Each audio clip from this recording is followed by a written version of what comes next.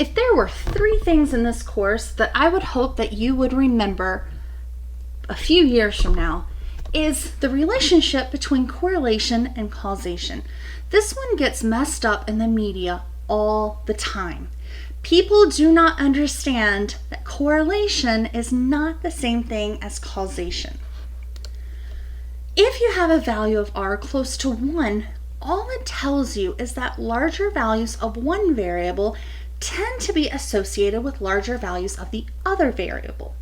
Now, you could predict the value of one variable based on the other variable, but that does not mean that one variable is causing the other variable to be small or large, in this case large.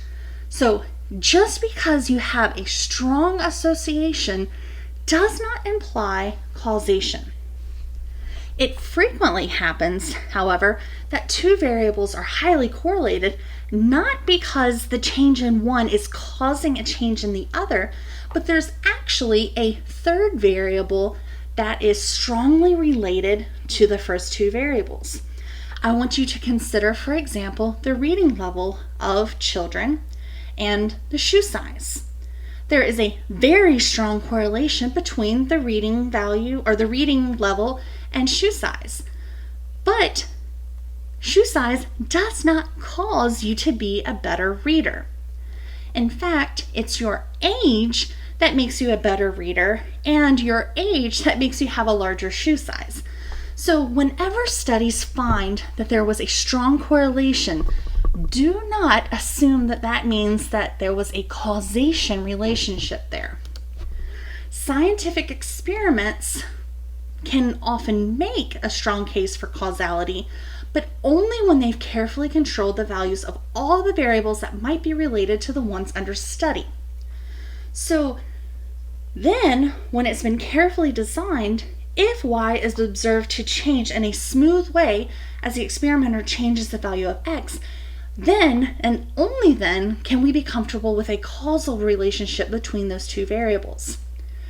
If the absence of such control or the ability to manipulate the values of one variable don't exist, then there's always this possibility that some unidentified 3rd variable is actually influencing both variables under investigation. A high correlation in many uncontrolled studies carried out in different settings can often get a lot of support for causality. Sometimes people want to believe that there's a causation relationship. And we saw, in fact, when we were looking at the cigarette smoking and cancer in an earlier data set, but actually trying to prove causality is actually quite difficult and does not often come up in studies. It's just so difficult to isolate all of the variables and control for everything necessary to show a causal relationship.